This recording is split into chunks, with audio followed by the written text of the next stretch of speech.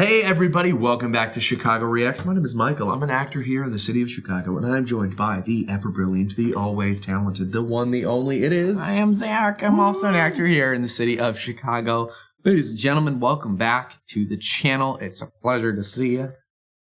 We are back with Max0r today. Woo! And we're taking a break from Metal Gear Rising, and we are going into Final Fantasy 15.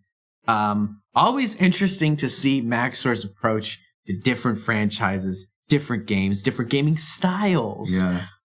This is specifically Final Fantasy 15 review BTS Adventures, which is either behind-the-scenes adventures or he's going to make it about as though Final Fantasy is the group. Is BTS. the group. Mm-hmm. Yep. Which I'm honestly, I would be open to either. I think either way would do either. It's either way, we're in store for a real treat. Yeah. Hey, if you're liking these videos, hit that like button, subscribe to the channel so you don't miss anything else. Leave a comment if you want us to watch this or anything like this or anything else that comes to mind. Mm-hmm. Also, hey, check out Chicago_plays on YouTube. We are starting to upload all of our live streams from our Twitch channel, Chicago Plays, onto YouTube as well. It's a great way to miss anything there, you can go check us out. Yeah. It's a great way to kind of catch up. You can kind of see what we've been doing so far. We are still getting used to the Twitch landscape and all that. But Michael and I, we finally have our Xbox. We got an additional capture card. So we're playing co-op now. Yes. Like actually together. Played some Halo on Twitch. today. It was fun. We did. Yes. So it's a lot of fun. And to everybody in Twitch, we love you guys. Yeah. And shout out to everyone who's been joining on the regular. So get in now. Well, like, it's still like that intimate feeling. It's actually a lot of fun. Yeah. So. With that, let's hop in, shall we? All right. There are spoilers in the video. Spinal Stagnancy 15 is one of the most unintentionally funny games ever made, and I don't award that distinction lightly. It's trying its best. In this game, you play as John Fantasy, an intrepid prince of insomnia, accompanied by the BTS crew as they travel across Korea to dodge the draft and re-establish the John Joseon Fantasy dynasty with Jungkook as their one true king. If you can think of it, 15 has it. Do you want to conscript God to kill endangered animals? Entering Super Saiyan mode to kill a sea snake, compress a mountain-sized turtle into a black hole, and break the entire game's leveling system because of lasagna. Yeah, that's awesome. Is it a good game? Well, that's debatable. The original director wanted to make the game a musical, but you know, thank God they added the hyper-realistic pizza. It just wouldn't be the same. This game is one of the most baffling design disasters that I've ever seen, and showing it to you in its full absurd glory is a service to my country. With hurricane-force tonal shifts, batshit story, and utterly incomprehensible combat, there is no part of this game that didn't surprise me, although I don't think they intended that. So come along as we dive headfirst into the boy band madness and recall the finest game of 2016. If you know any Latin, this game is Real quick, what video software do you use to edit? Final Cut or Premiere? I use Premiere. Okay. I learned how to video edit on Premiere as well.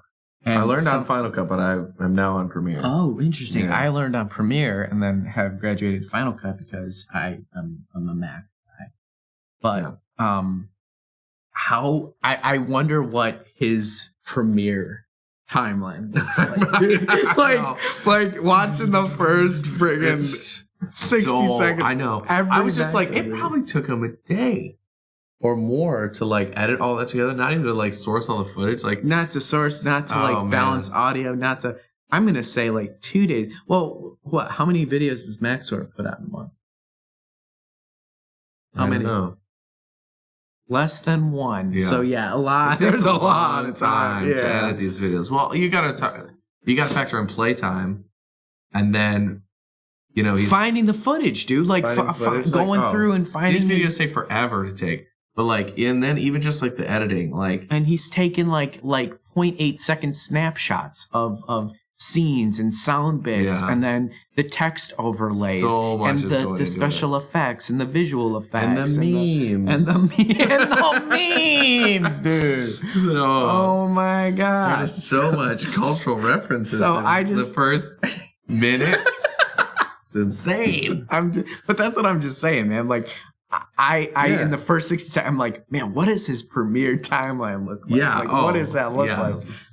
I wonder if there's a video or somewhere. He's got to have a hard time with just memes, right? Max0r. He's got just like a separate hard drive. Yeah, you got space for those. God damn. Oh man. Oh, love a Max0r video. Our story begins with the King of Korea, who's I do love that it was BTS the musical. Yeah, too. yeah, you can.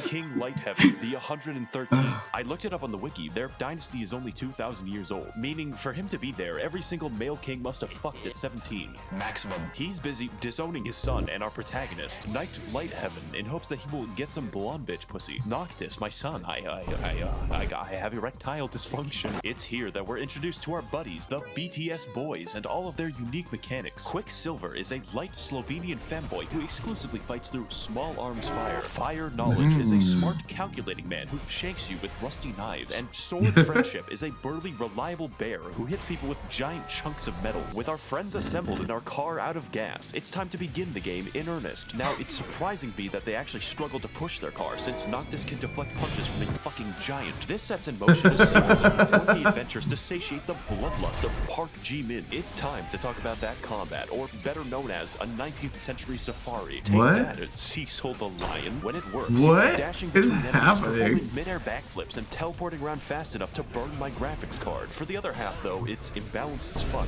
Let's go on a quest to explore a level 20 cave. In order to get there, you'll have to drive down the street, take the path, and fight the mandatory level You actually 54 drive? Snake. Endgame bosses are level 53. I'm not even 10 hours in. Fortunately, you could run right past it and straight into the instant kill crabs. I'm convinced they put this here by accident. There is no reasonable explanation. So how do we stop getting crabs like your dad? Noctis has 4 slots to use 4 weapons of various movesets, including swords, bigger swords, London resident, hydraulic press channel, rock on a stick, gun, and magic. Mind Freak is pretty cool, but bullets work a little faster. Each enemy reacts differently to each weapon, forcing you to switch up your playstyle, or alternatively, just hold down the sword button and watch the game play itself. I can just feel the variety. But by far, the best weapon in your arsenal is the Point Warp, which allows you to travel arbitrary distances at will. Oh, buddy, hang on. I see a pixel like 5 miles away. The primary contributor to the game actually being fun is Point Warp, even when I use it to cheese the game. Not to mention, the animation budget is absurd. Every time you hit someone's back, every single time you parry a boss, for every boss, there is a unique animation. You can really feel the animator sweat as he nears the end of his 13-hour Japanese workday at the Square Enix Insane Asylum, leaping 60 feet to stab a dog, a mid-air sword fight, and a triple backflip to dunk a crocodile. It's all here. Oh and my it's really God. genuine. A common theme for Final Fantasy 15 is that it's fun when it works, but it doesn't often work. So before our thrilling performance in a fucking Dongduchon, I'm losing my mind. It's important that we go over the rest of our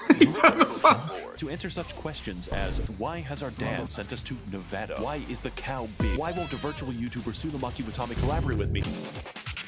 There are 6 gods or some shit, and they made humans for fun. Big mistake. These include Dwayne The Rock Johnson, the Wizard, the Snake, the Unsafe for YouTube, Unlimited Blade Works, and the God of Breakdancing. The Tango Totem in particular was very helpful and told us how to turn on our stove. From this, the beautiful and powerful civilization of Solheim had risen to try and kill the gods immediately, presumably with enough nukes to make Belka look like Clown College. This, of course, forces the dancing deity to strike them down, creating demons and alternative political philosophies. This pisses everyone off and begins the First Korean War, forcing the gods to give the kings of Lucis some cool swag and the K-pop crystal, forever dividing humanity and preventing the manifestation of white people juche. So after the defeat of the Samba Scourge, the gods took a nap for like several thousand years, leaving the maintenance of Earth to the kings of Lucis, apparently seeing no problem with this. So anyways, the Niflheim Empire just takes over the entire planet using an army of juche demon terminators. Their new goal is to kill all of the gods again, except this time while they're sleeping, and by the time our game begins, the kingdom of Lucis has retreated to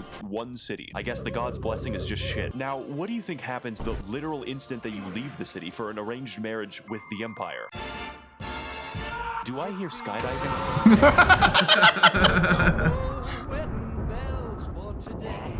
Oh, dang. I mean, I guess the plot has to happen sometime. I got spurs that jingle jangle This emotional and life-changing moment affects our protagonist greatly. Everything he's ever known has been destroyed, and nothing will ever be the same again. Hey, Noctis, you want to go ride some boys? Oh, it's almost enough to make you forget about your dead family. With our lives permanently destroyed, it's time for Noctis to begin the true trials of a king. The first step of which is to find all of the tombs of previous kings spread throughout the world and steal their shit so we can enter Super Saiyan mode. Thanks, Grandpa. Your ashes were delicious. This is when the problems begin, and they don't end. Director Tetsuya Nomura was, to put it lightly, a fucking batshit. Again, he tried to make the game a musical because he watched Les Miserables once. There is no escaping the ghost of cut content. It has so many unique and amazing locations that you see one time. It's as if the game has too much money, but the budget had to be prioritized by fucking Cleverbot. This took 10 years and 2 engines to make. When you play the main quest, it introduces some new characters in elaborate cutscenes and then kills them in a minute. You would think the open world would be some relief from this, but no, the car is on rails. They didn't even program driving. What does that remind you of? Speaking of things that the developers forgot to do, side quests. There's a few of them, but out of the 206 possible activities, there were only 2 that were good. How can this be? Well, the best way to describe why is to engage in one, and I think this market looks like a great place to start. Hey, what's up, king of the planet? So I was driving my car, and I just so happened to kill my wife by crashing into a tree at 90 miles per hour. Sounds good. I need you to go find my mangoes. You're fucking what? I left them in the truck after killing my wife in a car crash. I don't think your problem is mangoes. Can you find my mangoes? We'll just go find the mangoes. Wow, look at these bees. Thank you for finding the mangoes that I lost when I killed my wife. Okay. A while back, I lost a few apples on the side of the road while driving at 90 miles per hour. Apparently, because they didn't have enough money to waste, Square Enix put a cup noodles quest into the game. The characters actively rant about the deliciousness of cup noodles. They're easy to make whenever you've got a craving, and they're delicious to boot. If you take something already delicious like cup noodles and add in the finest, freshest ingredients, what do you get? The ultimate flavor experience. Oh my god! Oh my god! It's insane. Vast stretches of absolute nothingness. This game already looks great. Our gang rides. I mean, it does cool. It looks so good, but it's definitely. It looks awesome. But yeah, it's. I mean, it seems to be a very vast ocean, but a very shallow. Well, that's the impression. To me, I'm not a big fan of like the Assassin's Creed trilogy, or like the newer games have done this too, where you can like you select a place to go and then have your mount just take you there, which it sounds like was kind of like this vehicle, and I'm like a fast travel thing, or no, like you just press a button and it will run there, but you don't have to touch anything. Wow, that sounds invigorating. Yeah, it's so boring. Wow. But I'm like, why create this vast world but then make it not that interesting to like if it might look good, but if it's not like interesting to engage in. Anyway, those are my thoughts. Those are some good thoughts, Mike. I got some good ones sometimes. Oh. Has all of the answers that we need. This is Arden, a man who is incapable of speaking normally. Arden's got swag. What? I want that outfit. I was admiring his hair, actually. I want to cosplay as Arden. Just because I want that big jack. You think I could pull it off? When watching The Witcher 2, no spoilers, but that scares coat. We've talked about. Yeah. That purple coat. I mean, that is a very sexy coat. Yeah, it's pretty awesome. And we accept without hesitation. So after entering his white van with free My Chemical Romance CDs, we arrive at Dwayne the Rock skyrocketing rock slide rocket sprocket. I came here to clear a headache. So for Noctis to gain the god's power and defeat the Empire for good, he has to beat half of them up. Kind of like the Empire does, but he's the correct family of inbred designer dogs, so it's different. A prolonged and painful fight against Dwayne's ensues, really highlighting this game's focus on spectacle at the expense of my sanity. But eventually, we scratch his arm into respecting us, and he kills everyone in a 90-mile radius. Hello, bitches. I'm with the Empire now, and furthermore, I've stolen your car. Get the fuck inside, or this volcano will turn your penis inside out. You know, it's very nice that Arden gave us a lift up twice. I wonder if we'll see more of him. Next on the list of gods to impress is Gandalf, who just kind of lives in the woods that we've already explored. I think they ran out of time for this one because the only thing standing between us and him is one cave that you just walk through and maybe romance a snake or two. Oh man, guys, she's real cute. I don't know what to say. Bada bing, bada doodle. We've got his approval. That took like 20 minutes. This game is more rushed than a fucking Chinese high-rise. From this moment going forward, the game has effectively destroyed all possible tension. By having Noctis be explicitly assisted by fucking Zeus, Final Fantasy 15 becomes a game about the gods being lazy. How's this for a mechanic? The gods' help is summoned randomly. Oh man, Noctis, you fighting like 90 demons down there? You can handle that, good luck. Don't worry, Noctis, I will be the one to save you from these 3 very threatening giraffes. Oh my god. Thank me later. You know, we've gotten pretty used to this game. The vast open world, the fruit truck incident, or having a car. We'll throw that shit in the trash. This game turns from an open world adventure into a linear corridor halfway through, although that's giving the open world a lot of credit. I don't think I'm going to miss this guy. From this point onward, we are eternally trapped in the cut content zone. The devs made a nearly perfect recreation of Venice with no side quests in it. Look at the detail of this town, the beautiful architecture, Yeah, what the unique fuck? art. I was there Yeah. for 10 minutes. Once. It's actually impressive that they're What? willing to waste this much time. Even the NPCs in this town are just fucking off. The bartender for the only restaurant in the city talks like he wants to fucking eat you. Oh, what the fuck do you mean, Eldritch Abomination, Satoshi? Get back to the office right now and animate another 100 backflips. So after owning God 1 and God Nude, it's up to Noctis and the Bacchus to head to the Imperial capital and retrieve our K-pop crystal. That is until Arden shows up and he derails the entire fucking plot. Sup, bitch?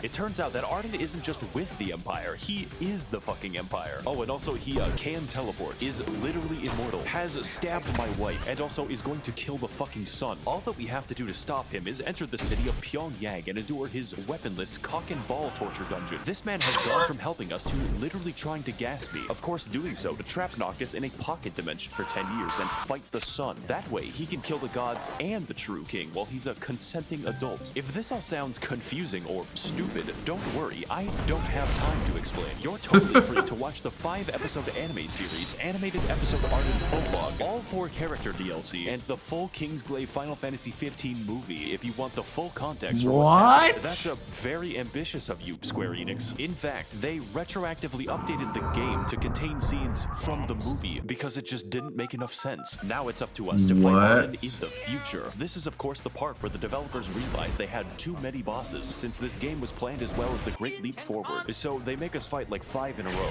That is some pacing. Not to mention, they're all very difficult. One might say absolutely unplayable. As it turns out, valuing your own time by not playing the shitty fetch quests gives your experience vastly below what is expected. We aren't even strong enough to fight the big snake. I could go back and do some quests if I was fucking stupid. No, we're going to do something much worse. So what you're gonna want to do is travel back in time to Venice and endure the 5 minutes of gondola riding. You cannot skip it. We do this to head to the cannibal 5 restaurant and dine on minutes? some photorealistic lasagna. This Oh, step is yummy. non-negotiable. Next, That's what you're gonna weird wanna do is time looking. travel That further is in the very past to weird. Nevada. Watch out for this guy. He might. That is weirdly real looking. But looks like, like a off. photo, It but looked yeah. it looked like It a looks photo. like they It didn't took a look- photo of lasagna and then made it awkwardly laid it over 3D. a 3D shape. Yeah. It was- Yeah, that's exactly what they did. That was So try to weird. steal the platinum chip. Go and initiate the quest where you're supposed to fight the huge fucking Blastoise for 2 hours. You can try to summon God, but he is powerless against the big turtle. Congratulations, you've unleashed unstoppable death into this world, and now it's up to you to destroy it. This is the Ring of the Lucio. You get it after visiting the 2-hour ball twisting dungeon and can be used to compress enemies out of existence. Oh.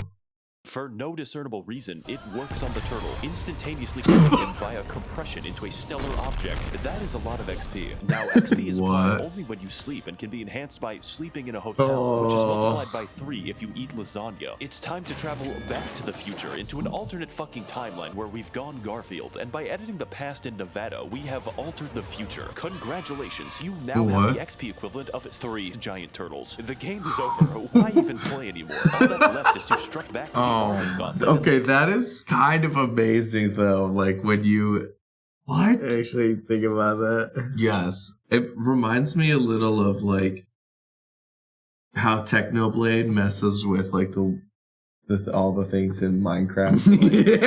Like, stack everything. It's like the same. It's so similar. It's the exact same thing. But I would be like, oh, I gotta go grind.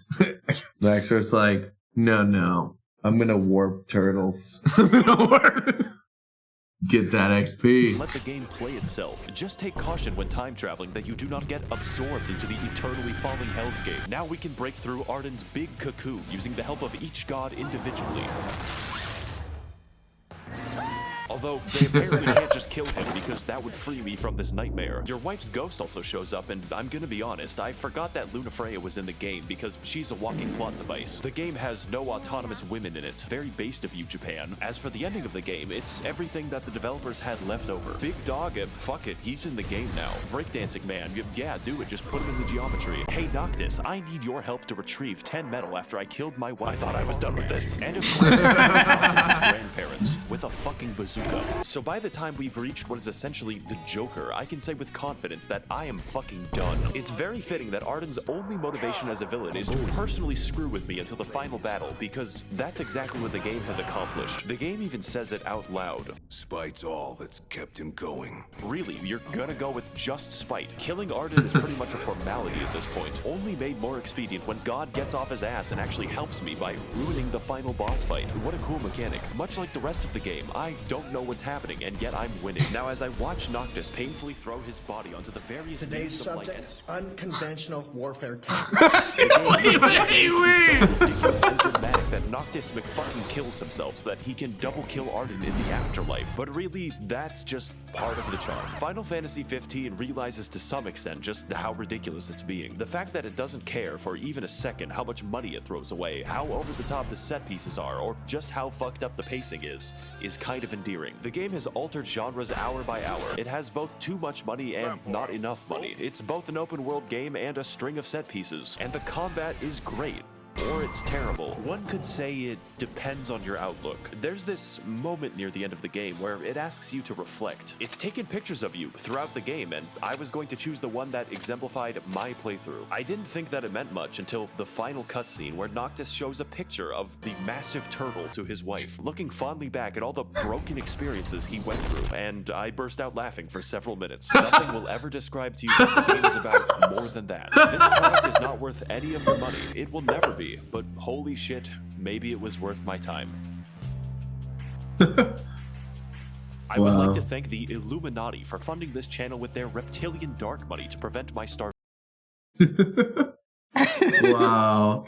Yo, I thoroughly enjoyed that video. That one just stuck out for me as far as Max0r goes. Like, Yeah. It was still his, like, insane, intense, like, animation, or, like, cutscenes and stuff like that, and, like, editing style. But it was just fun. It was fun. I am not at all ashamed to admit that. I think the last two Max0r videos that we watched, actually, the Metal Gear Rising Part 2. Yeah, that's the one that with the president, and he's just like talking about Joe Biden all the time, and he's like giving his speech. And then this one was really enjoyable as well. And like Max0r is one that I think really has grown on me, to be honest. Like, I've really started to appreciate him a lot more. Yeah. The more we've watched of him. Yeah. He's very fun. And yeah, that was so beautifully entertaining. And I mean, clearly it's an insane game, right? Yeah. So what better? Well, it seems like Max0r really thrives off of those like those Japanese or like Korean those style games, where it's like just a very different approach to gaming and a story and gameplay. And it is interesting to me, like, again, we're talking about Final Fantasy 15. Yeah, you know, like of course they have a ton of money. yeah. It's like, he's like, well, where do they get this Venice money? They've been going with this brand has been like successful since the 90s, right? Oh yeah. No. When did the first one come out? Was I that? don't know. That was like I gotta imagine early 90s. I think it was even Was it late 80s? I think it was late 80s because that was on like SNES and let's see 87. 87. Yep. Dang. Yeah. So yeah, they got money.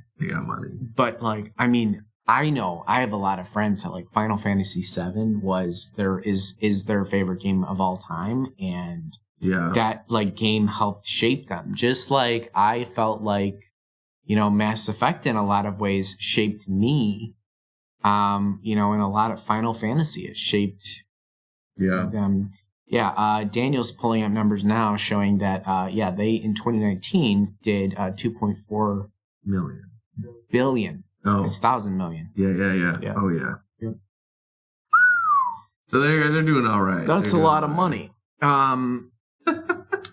It is interesting though how like they didn't like they did. They made this absolutely beautiful city that you really can't do jack shit in. Like that's the That's wild that they produce all that. And then just a great video all around. I had a lot of fun watching that video. Yeah. And, if you've had fun, hit that like button, subscribe to the channel so you don't miss anything else. Leave a comment in that comment section if you want us to check out anything else.